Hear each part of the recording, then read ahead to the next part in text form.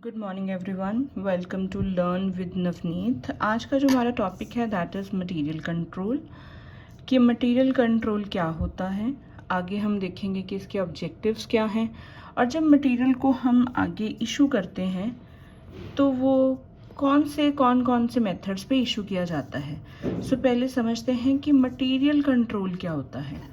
देखो, अगर हम सिंपल वर्ड्स में देखें तो मटेरियल कंट्रोल क्या है, एक ऐसा सिस्टमैटिक कंट्रोल है जिसमें हम क्या करते हैं, हम किसी भी चीज़ को परचेज, फिर उन्हीं को स्टोर और फिर उन्हीं की कंजम्पशन, यूज़ मतलब कंजम्पशन, इन तीनों को आप इस तरह से यूज़ करेंगे ताकि जो आपकी कॉस्ट है वो क्या आए, कम से कम आए।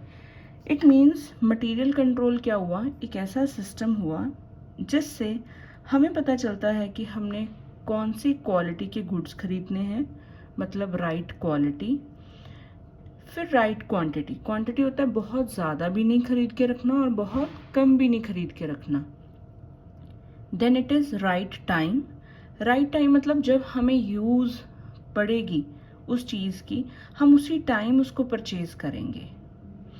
फिर राइट प्लेस, कौन सी जगह से आपको खरीद के लाना है मटेरियल, और राइट अमाउंट, कितने अमाउंट का खरीद के लाना है, that is known as material control. अब मटेरियल कंट्रोल, तो रॉ मटेरियल क्या होना चाहिए, आपको अवेलेबल होना चाहिए ऑन राइट टाइम। अब रॉ मटेरियल का यूज़ कहाँ पे होएगा, कोई भी प्रोडक्ट बनाने के लिए आपको क्या चाहिए होएगा, you need some raw material.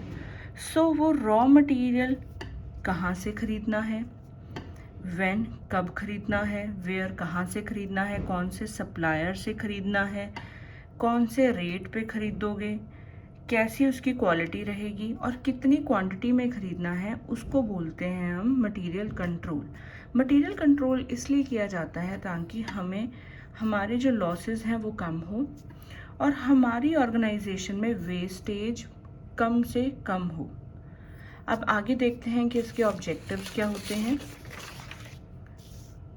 So objectives of material control, पहला ऑब्जेक्टिव क्या बोलता है, that is the availability of material.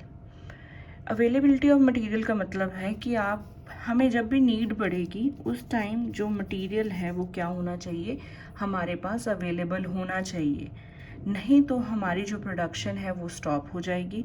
It means हमें अच्छी प्लानिंग करके रखनी पड़ेगी, आपस में कोऑर्डिनेशन किसकी, अलग अलग डिपार्टमेंट्स की कोऑर्डिनेशन होनी ज़रूरी है, एंड कंट्रोलिंग करना ज़रूरी है अवेलेबिलिटी ऑफ मटेरियल के लिए।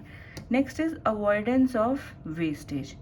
अब वेस्टेज क्या होता है कि जो आपके मटेरियल्स होते हैं वो ख़राब भी हो सकते हैं, या अगर आप बहुत ज़्यादा यूज़ करी जा रहे हो तो वो क्या होंगे, वेस्ट हो रहे हैं, आप, हमें इतनी रिक्वायरमेंट नहीं है और उतना आप उसको यूज़ कर करके क्या कर रहे हो, ख़राब कर रहे हो, बना बना के देखी जा रहे हो। तो ये चीज़ भी आपको क्या करनी है, कम से कम करनी है, अवॉइड करनी है। Then better services to customer. Better services to customer का मतलब होता है कि जब भी कस्टमर्स की डिमांड आएगी हमारे पास वो प्रोडक्ट्स क्या होने चाहिए, रेडी होने चाहिए, ताकि हम उनको साथ के साथ जो प्रोडक्ट है वो दे सकें। इट मीन्स जो हमारी सर्विस है वो क्या होनी चाहिए, अच्छी होनी चाहिए। Then proper quality and price, जो प्राइस होना चाहिए हमारा मटेरियल का वो क्या होना चाहिए, कम होना चाहिए, और साथ के साथ हमारी जो क्वालिटी होनी चाहिए वो क्या होनी चाहिए, बेस्ट होनी चाहिए। ये नहीं कि आप लेस प्राइस पे बेकार क्वालिटी खरीद लाओगे, फिर वो मटेरियल कंट्रोल नहीं होता। आपको ऐसी क्वालिटी खरीदनी है जिसका प्राइस भी कम हो और उसकी क्वालिटी भी क्या हो, बहुत ज़्यादा हाई हो। Next is efficient system of storage. अब जितना मटेरियल हम खरीद के लाते हैं कंपनी में, वो आपको क्या करना पड़ता है, कहीं ना कहीं आपको स्टोर करके रखना पड़ता है। तो स्टोर ऐसी जगह रखोगे, स्टोर करके जहाँ पे वो सेफ़ पड़ा रहे, और जब भी कभी भी उसकी फ़िज़िकल वेरिफिकेशन हो तो वो भी इजीली हो सके, ताकि आपको पता लग सके कि आपके स्टोर में कितना सामान पड़ा है और कितना आपका सामान है जो वो चोरी हो गया है ना। तो इन सब चीज़ों से बचने के लिए हम क्या करते हैं, मटेरियल कंट्रोल, जिसमें हम क्या करते हैं, एफिशिएंट सिस्टम बनाते हैं, किसका, स्टोरेज का। Next is optimum investment. जो आपकी इन्वेस्टमेंट है, मतलब आपको ना तो बहुत ज़्यादा इन्वेस्टमेंट करनी है किसी चीज़ पे कि वो पड़ी रहे, सालों तक पड़ी रहे और फिर ख़राब हो जाए, और ना ही बहुत ज़्यादा कम करनी है कि टाइमली आपके पास कोई भी चीज़ अवेलेबल नहीं हुई। इट मीन्स जो आपकी इन्वेस्टमेंट है वो कैसी होनी चाहिए, एक बैलेंस्ड इन्वेस्टमेंट होनी चाहिए। And last is ready information about availability of materials.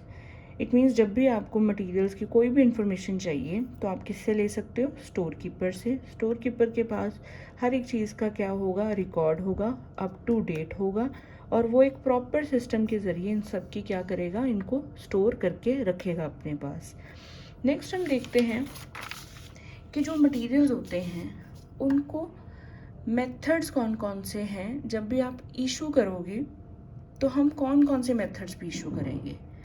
तो इशू करने के लिए अलग अलग मेथड्स क्यों हम यूज़ करते हैं, क्योंकि जब हम ख़रीद के लाते हैं, जब हमने वो चीज़ परचेज़ करी तो वो अलग टाइम हो सकता है, आप अलग अलग जगह से अलग अलग टाइम पे अलग अलग प्राइजेस पे ख़रीद के लाए होंगे। फिर अब आपको कि वो क्या करना है, मटेरियल इशू करना है। जैसे आपने परचेज़ किया मटेरियल, वो मटेरियल आपके स्टोर हाउस में पहुंच गया, स्टोर वेयर हाउस में। अब आपको वो आगे कहाँ इशू करना है, जिन लोगों को उसकी ज़रूरत है, आपके प्रोडक्शन डिपार्टमेंट में। फिर कोई प्राइस पे तो इशू करोगे उसको। अब इनकी ज़रूरत कब पड़ती है, क्योंकि आप अलग टाइम पे ख़रीद के लाए हो।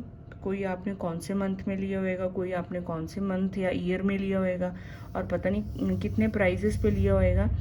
इसलिए उनका इशू प्राइस हमें निकालना ज़रूरी होता है। अब इशू प्राइस निकालने के लिए we have various methods like first in first out. This is very popular method, इसको हम फीफो भी बोलते हैं।